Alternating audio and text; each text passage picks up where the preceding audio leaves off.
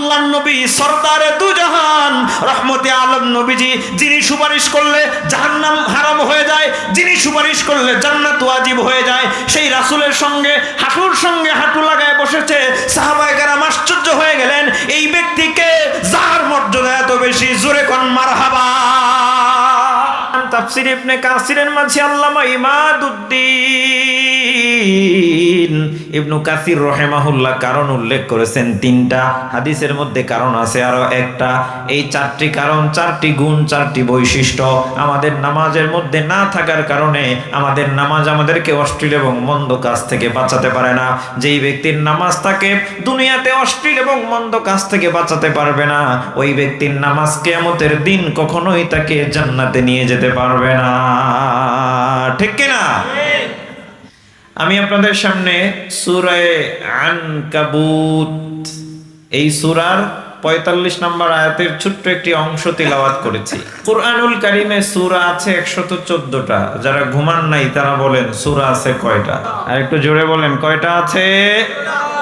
১১৪টা।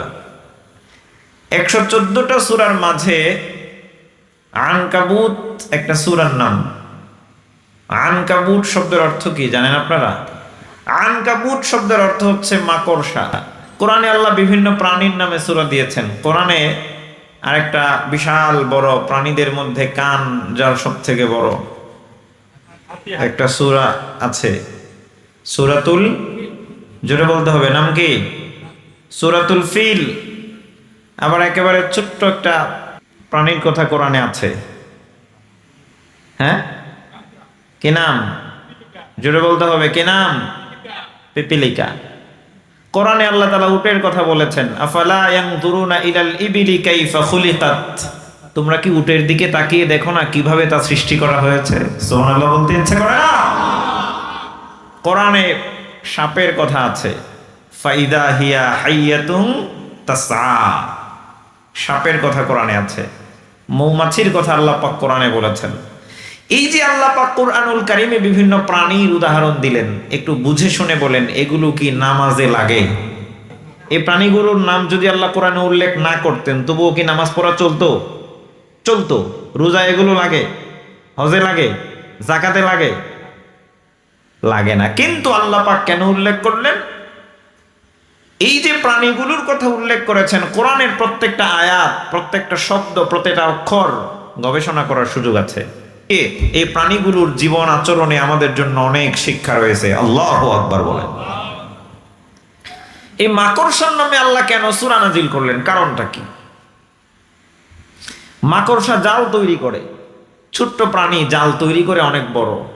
দেখেন না মাকড়সার জাল খুব শক্তিশালী হয়। মাকড়সার জাল দিয়ে ধরে আপনারা কেউ মাছ ধরছেন? মাছ ধরার সুযোগ আছে? নাই। বলবেন হুজুর কিভাবে মাছ ধরবো? মাকড়সার জাল একটু বৃষ্টি আর বাতাস আসলেই নষ্ট হয়ে যায়, ধ্বংস হয়ে যায়। মাছ ধরার তো সুযোগ নাই। আল্লাহ সুবহানাহু ওয়া তাআলা মাকড়সার জালের সাথে ইসলাম বিদ্বেষীদের, ইহুদি খ্রিস্টানদের যত চক্রান্ত আছে, এই চক্রান্তকে আল্লাহ সুবহানাহু ওয়া তাআলা মাকড়সার জালের সাথে তুলনা করেছেন। মাকড়সার জাল যেভাবে পানি আর বৃষ্টি পড়লে নষ্ট হয়ে যায়, অস্তিত্বই খুঁজে পাওয়া যায় না একটু বাতাস আসলে, ইসলাম বিদ্বেষীদের চক্রান্তের জাল যত বড় হোক না কেন, মুসলিমরা যদি ঐক্যবদ্ধভাবে আল্লাহর নামের তাকবীরের ধ্বনি দিয়ে মোকাবেলা করতে পারে, এই মাকড়সার জালের মতো ইসলাম বিদ্বেষীদের চক্রান্তের জালকে আল্লাহ লন্ডভন্ড করে দেবে, মাটির সঙ্গে মিশায় দেবে। সুবহানাল্লাহ বলবেন না? এই সূরার ৪৫ নম্বর আয়াত তিলাওয়াত করেছি। আল্লাহ পাক বলেন, খুব খেয়াল করেন, ইন্নাস সালাতা তানহা আনিল ফাহশাই ওয়াল মুনকার। ভালো করে বুঝেন, নিশ্চয়ই নামাজ মানুষকে অশ্লীল এবং মন্দ কাজ থেকে বিরত রাখে। এই ঘোষণা যিনি দিয়েছেন বুঝে থাকলে বলুন তিনি কে? আর একটু জোরে কোন? আল্লাহ পাক ঘোষণা দিলেন নামাজ মানুষকে অশ্লীল এবং মন্দ কাজ থেকে বিরত রাখে। আল্লাহ পাকের ঘোষণার ব্যাপারে কোনো সন্দেহ আছে? আছে নাকি? আল্লাহ পাক নিজের ঘোষণার ব্যাপারে বলেন, ওয়ামান আসদাকু মিনাল্লাহি কিলা। আসদাকুন একটা শব্দ আছে এখানে, এটা আরবিতে বলা হয় ইসমু তাফদিলের সিগা, ইংরেজিতে হচ্ছে সুপারলেটিভ ডিগ্রি, মানে আল্লাহর চাইতে সত্যবাদী আকাশেও নাই, কেউ জমিনেও নাই, আল্লাহই হচ্ছেন সব থেকে অধিক সত্যবাদী। আল্লাহু আকবার। তাহলে আল্লাহ পাক বললেন নামাজ মানুষকে অশ্লীল এবং মন্দ কাজ থেকে বাঁচায়, কিন্তু আমরা সমাজে ভিন্ন প্রেক্ষাপট দেখতে পাই। নামাজ পড়ে বিড়ি খায়, নামাজও পড়ে সিনেমায় যায়, নামাজ পড়ে গানে যায়, নামাজ পড়ে জমিনের আইল ঠেলে। নাই মনে হয় কিছু লোকের আইল কাটার সাইজ দেখে মনে হয় সব ধান বুঝি আইলের কাছেই হয়। নামাজ পড়ে পিতামাতাকে কষ্ট দেয়, নামাজ পড়ে সুদের সঙ্গে জড়িত, নামাজ পড়ে ঘুষ দিয়ে চাকরি নেয়, ঘুষ লেনদেন করে। এক কথায় যেটা বুঝাতে চাইলাম, আল্লাহ পাক বললেন নামাজ মানুষকে অশ্লীল এবং মন্দ কাজ থেকে বাঁচায়, কিন্তু আমরা দেখতে পাই অনেক নামাজিরা অশ্লীল এবং মন্দ কাজের সঙ্গে জড়িত। জুড়ে বলতে হবে আছে না নাই? কিন্তু একটা গুরুত্বপূর্ণ প্রশ্ন দাঁড়িয়ে গেল, আল্লাহ যেহেতু বললেন নামাজ মানুষকে অশ্লীল এবং মন্দ কাজ থেকে বাঁচায়, কিন্তু আমরা দেখতে পাই নামাজিরা অনেক সময় মন্দ কাজের সঙ্গে জড়িত। তাহলে দুইটা কথা এখানে, হয়তো নাউযুবিল্লাহ, আস্তাগফিরুল্লাহ, মাআযাল্লাহ, আল্লাহর কথা ভুল, নাউযুবিল্লাহ বলেন, না হয় যেভাবে নামাজ পড়লে নামাজ আমাদেরকে মন্দ কাজ থেকে বাঁচানোর কথা, নামাজ আমাদেরকে অশ্লীল কাজ থেকে বাঁচানোর কথা, আমার আপনার নামাজ ওই রকম আমরা নামাজ পড়তে পারি না। আমার মাথায় একটা কিউরিসিটি জাগলো, কেন, কোন কারণে, কিসের অভাবে আমাদের নামাজ আমাদেরকে গুনাহ থেকে বাঁচাতে পারে না? কিসের অভাবে আমাদের নামাজ আমাদেরকে মন্দ কাজ থেকে বাঁচাতে পারে না? কিসের অভাবে আমাদের নামাজ আমাদের জীবনকে সুন্দর করতে পারে না? কারণটা কি? আমার প্রিয় বন্ধুগণ, আমি কারণ অনুসন্ধান করার জন্য অনেকগুলো তাফসীর তালাশ করে খুঁজতে খুঁজতে পেয়ে গেলাম। তাফসীর ইবনে কাসিরের মাঝে আল্লামা ইমাদউদ্দিন ইবনু কাসির রহিমাহুল্লাহ কারণ উল্লেখ করেছেন তিনটা। হাদিসের মধ্যে কারণ আছে আরো একটা। এই চারটি কারণ, চারটি গুণ, চারটি বৈশিষ্ট্য আমাদের নামাজের মধ্যে না থাকার কারণে আমাদের নামাজ আমাদেরকে অশ্লীল এবং মন্দ কাজ থেকে বাঁচাতে পারে না। যেই ব্যক্তির নামাজ তাকে দুনিয়াতে অশ্লীল এবং মন্দ কাজ থেকে বাঁচাতে পারবে না, ওই ব্যক্তির নামাজ কিয়ামতের দিন কখনোই তাকে জান্নাতে নিয়ে যেতে পারবে না। ঠিক কিনা? এক নম্বরে আমরা নামাজ পড়ি, নামাজের মধ্যে ইহসান নাই। আমি কিন্তু মাঝে মধ্যে কথা গুরুত্বপূর্ণ হইলে তিনবার বলবো। রাসূল গুরুত্বপূর্ণ কথা কয়বার বলতেন? তিনবার। এটা সুন্নাত। নামাজের মধ্যে ইহসানের বড় অভাব। দুই নম্বরে আমরা নামাজ পড়ি, আমাদের নামাজের মধ্যে ইখলাস নাই, ইখলাসের বড় অভাব। তিন নম্বরে আমাদের নামাজের মধ্যে খাশিয়াত নাই, খাশিয়াতের বড় অভাব। চার নম্বরে আমাদের নামাজের মধ্যে জিকিরগুলো সুন্দর হয় না, ইহসানের অভাব, ইখলাসের অভাব, খাশিয়াতের অভাব, আমাদের নামাজের জিকিরগুলো সুন্দর করার অভাব। আল্লাহর কোনো বান্দাবান্দি যদি এই চারটি গুণ অর্জন করে নামাজ আদায় করতে পারে, এই নামাজ তার অন্তরকে আলোকিত করবে, নামাজ পড়তে মজা লাগবে, এই নামাজ তার জীবনকে সুন্দর করবে, এই নামাজ তাকে গুনাহ থেকে বাঁচায় দেবে, এই নামাজ তার দায়িত্ব পালনকে সুন্দর করবে। এক কথায় এই নামাজ তার দুনিয়ার জীবনকে আলোকিত করবে, এই নামাজ তার কবরকে আলোকিত করবে, এই নামাজ কিয়ামতের দিন জান্নাতের দলিল হয়ে তাকে জান্নাতে পৌঁছায় দেবে। জোরে কোন সুবহানাল্লাহ। আমার প্রিয় ভাইরা, ইহসান কাকে বলা হয়? এই চারটি পয়েন্টে আমরা সংক্ষিপ্ত কথা বলে বিদায় নেব ইনশাআল্লাহ। ইহসান মানে কি? ইহসান শব্দটা বোঝার জন্য একটি হাদিস শুনতে হবে আপনাদেরকে। বুখারী শরীফের বর্ণনা, মুসলিম শরীফেও আছে। মুসলিম শরীফে ভালো করে বিশদভাবে বর্ণনা দেওয়া হয়েছে প্রথম দিকেই। আল্লাহর নবী মুহাম্মদ আরবি সাল্লাল্লাহু আলাইহি ওয়াসাল্লাম মসজিদে নববীতে বসে আছেন সাহাবায়ে কেরামদেরকে সামনে নিয়ে। আল্লাহর নবী যেই জায়গাটা বসে আছেন এই জায়গা হলো মসজিদে নববী। হাদিসের মধ্যে আছে আল্লাহর কোন বান্দা বান্দি যখন মসজিদে নববীতে যাবে আল্লাহকে খুশি করার জন্য এক রাকাত নামাজ আদায় করবে, রব্বুল আলামিন তার উপর খুশি হয়ে মিনিমাম 50,000 রাকাতের সওয়াব দিয়ে দিবে। জোরে কোন সুবহানাল্লাহ। আর জোরে বলেন আল্লাহু আকবার। ওখানে বিশ্বনবী ঘুমিয়ে আছে, সরদারে দো আলম নবীজি ওখানে শুয়ে আছে। রাসূল করিম সাল্লাল্লাহু আলাইহি ওয়াসাল্লামের সামনে জান্নাতি সাহাবায়ে কেরাম বসা। এই মুহূর্তে মসজিদে নববীতে প্রবেশ করলো একজন ব্যক্তি। তাকে অপরিচিত লোক বলে মনে হয়, দূর থেকে এসেছে, মদিনার কোনো লোক বলে মনে হয় না। কিন্তু সাহাবায়ে কেরাম লক্ষ্য করলেন, মসজিদে নববীতে যিনি প্রবেশ করেছেন দূরের লোক বলে মনে হলেও কিন্তু চেহারায় সফরের কোনো চিহ্ন নাই। চুলগুলো ভাঁজ করা, পরনে ধবধবে সাদা পোশাক পরিহিত এই ব্যক্তি মসজিদে নববীতে প্রবেশ করে আল্লাহর নবীজিকে সালাম করলেন।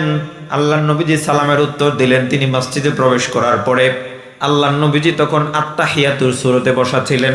ওই ব্যক্তিটি আস্তে আস্তে আল্লাহর নবীজি যেভাবে বসা ছিলেন আত্তাহিয়াতুর সূরতে, তিনিও আত্তাহিয়াতুর সূরতে বসে রাসূলের হাঁটুর সঙ্গে হাঁটু লাগায় বসে গেলেন। জোরে কোন আল্লাহু আকবার। আল্লাহর নবী সরদারে দু জাহান রহমতে আলম নবীজি, যিনি সুপারিশ করলে জাহান্নাম হারাম হয়ে যায়, যিনি সুপারিশ করলে জান্নাত ওয়াজিব হয়ে যায়, সেই রাসূলের সঙ্গে হাঁটু লাগায় বসেছে। সাহাবায়ে কেরাম আশ্চর্য হয়ে গেলেন, এই ব্যক্তিকে যার মর্যাদা এত বেশি, জোরে কোন মারহাবা। শুধু রাসূলের হাঁটুর সঙ্গে হাঁটু লাগায় বসে নাই, রাসূলের উরুর উপরে এইভাবে হাত রাখছে। দেখুন হুজুর এখানে আছে, আমাদের উস্তাদরা দেখাইছে যে এইভাবে। এখন বলবেন আপনার উস্তাদ কি দেখছে নাকি? মনে করেন আমি হুজুরের কাছে পড়ছি, আমার হুজুর দেখাইছে, হুজুরের উস্তাদ তার উস্তাদের কাছ থেকে দেখছে, তার উস্তাদ তার উস্তাদের কাছ থেকে দেখছে, তার উস্তাদ তার উস্তাদের কাছ থেকে দেখছে, আবার তার উস্তাদ যাইতে যাইতে যাইতে যাইতে সাহাবী পর্যন্ত গেছে, সাহাবী বিশ্ব নবীজির কাছ থেকে দেখছে। ওই দেখা জিনিসটা উস্তাদরা আমাদেরকে দেখাইছে। এই যে উরুর উপর হাত রাখার পরে কয়েকটা প্রশ্ন করলো, মাল ঈমান ইয়া রাসূলুল্লাহ, ঈমান কাকে বলা হয়? এরপরে প্রশ্ন করলো মাল ইসলাম ইয়া রাসূলুল্লাহ, ইসলাম কাকে বলা হয়? এরপরে আরেকটা প্রশ্ন করলো এক পর্যায়ে, মাল ইহসান ইয়া রাসূলুল্লাহ, ইহসান কাকে বলা হয়? আল্লাহর নবীজি বললেন, আনতা আবুদাল্লাহা কাআন্নাকা তারাহু ফাইন লাম তাকুন তারাহু ফাইন্নাহু ইয়ারাক। ইহসান মানে হলো তুমি এমন ভাবে ইবাদত বন্দেগী করো যেন মনে হয় তুমি আল্লাহকে দেখে দেখে ইবাদত বন্দেগী করতেছো। জোরে কোন সুবহানাল্লাহ। ফাইন লাম তাকুন তারাহু ফাইন্নাহু ইয়ারাক, যদি তুমি রব্বুল আলামিনকে দেখতে না পাও, অন্তরে এই ধারণা পোষণ করো, অন্তরে এই ধারণা লালন করো, আমার নামাজ, আমার ইবাদত বন্দেগী, আমার জিকির আজকার, আমি যা কিছু করি না কেন স্বয়ং রব্বুল আলামিন তাকায়া তাকায়া আমার ইবাদতগুলা দেখতেছে। জোরে কোন সুবহানাল্লাহ। আল্লাহ তাআলা 30 নম্বর পারার মধ্যে এক জায়গায় বলেন, আলাম ইয়ালাম বিআন্নাল্লাহা ইয়ারা, সে কি জানে না আল্লাহ তাকে দেখছেন? এখানে যদি আব্দুর রহিম থাকে, আব্দুর রহিম কি জানে না আল্লাহ তাআলা তাকে দেখতেছেন? আব্দুল করিম কি জানে না আল্লাহ তাআলা দেখতেছেন? মানে প্রত্যেককে আল্লাহ মনে হয় ইন্ডিভিজুয়ালি বলতেছে, ওই সে কি জানে না আল্লাহ তাআলা তাকে দেখতেছেন? ইহসানের মূল কথাটা হলো, আমি রব্বুল আলামিনকে দেখি বা না দেখি, আল্লাহ পাক আমার নামাজের দৃশ্যটা তাকায় তাকায় দেখতেছেন। এই চিন্তা নিয়া, এই টেন্ডেন্সি নিয়া, এই চিন্তা ভাবনা নিয়ে নামাজ পড়ার নাম হলো ইহসানওয়ালা নামাজ। জোরে কোন সুবহানাল্লাহ। এবার একটু জবান খুলে বলতে হবে, আমরা যখন নামাজের কাতারে দাঁড়ায়া যাই, আমাদের নামাজের দৃশ্য যিনি দেখেন, জুড়ে বলতে হবে তিনি কে? আমার প্রিয় বন্ধুগণ, আমরা যখন নামাজের মধ্যে দাঁড়াই, আমাদের নামাজের দৃশ্যটা দেখেন আল্লাহ। তাহলে প্রত্যেক ওয়াক্ত নামাজ সঠিক সময়ে গুরুত্ব দিয়া, মনোযোগ দিয়া, জীবনের সর্বোচ্চ সুন্দর করে আদায় করার নাম হলো ইহসানওয়ালা নামাজ। এই গুণটা আমাদের নামাজের মধ্যে থাকে না। আমাদের নামাজের মধ্যে এই গুণটা না থাকার কারণে আমাদের নামাজ কাজে লাগে না। ঠিক কিনা? এবার আসেন সংক্ষিপ্ত 2 নম্বর গুণের নাম হলো ইখলাস। কুল ইন্না সলাতি ওয়া নুসুকি ওয়া মাহইয়ায়া ওয়া মামাতি লিল্লাহি রাব্বিল আলামিন ওয়া মা উমিরু ইল্লা লিয়াবুদুল্লাহা মুখলিসিনা লাহুদ্দিন। এরকম অনেক আয়াত আছে। তাহলে ইখলাস শব্দের অর্থ হলো একনিষ্ঠতা। যে কোনো কাজ করব শুধুমাত্র আল্লাহকে খুশি করার জন্য। খবরদার এরকম কাজ করা যাবে না। কোনো কাজের মধ্যে আল্লাহকে ছাড়া অন্য কাউকে খুশি করার নিয়ত থাকা যাবে না। যে কাজের মধ্যে আল্লাহকে খুশি করতে চাই এমন নিয়ত থাকে, ওই কাজটা হলো ইখলাসওয়ালা কাজ। আর বিশ্বনবীজি বলেন, আখলিস দীনাকা ইয়াকফিকাল আমালুল কলিল, তোমার ইমানকে আমলকে খাঁটি করো, ইখলাসওয়ালা আমল করো, অল্প আমলই তোমার নাজাতের জন্য যথেষ্ট হয়ে যাবে। জোরে কোন সুবহানাল্লাহ। দুই আমরা নামাজ আদায় করি কিন্তু নামাজের মধ্যে ইখলাস নাই, এজন্য আমাদের নামাজ কাজে লাগে না। 3 নম্বরে আমরা নামাজ আদায় করি, আমাদের নামাজের মধ্যে খাশিয়ত নাই। খাশিয়ত শব্দের অর্থ হলো ভয়। আমরা নামাজ পড়বো কার ভয় নিয়া? জোরে কোন, কার ভয় নিয়া? আল্লাহর ভয় নিয়া। আর খাশিয়ত থেকে খুশু তৈরি হয়। আমরা নামাজ পড়ি কিন্তু আমাদের অন্তরে আল্লাহর ভয়, আমাদের অন্তর প্রকম্পিত হয় না। এটা হলো 3 নাম্বার। এবার দেখেন 4 নাম্বার, আমরা নামাজ পড়ি, নামাজের জিকিরগুলো সুন্দর হয় না। নামাজের ভিতরে জিকির সুন্দর করার অর্থ হলো 2টা। জোরে বলেন কয়টা? আরো জোরে বলেন কয়টা? এইখানে কিছু গুরুত্বপূর্ণ এবং মজার কথা আছে। নামাজের মধ্যে জিকির সুন্দর করার অর্থ কয়টা? 2টা। প্রিয় ভাইয়ের আমার, 12টা 25 মিনিট বেজে গেছে।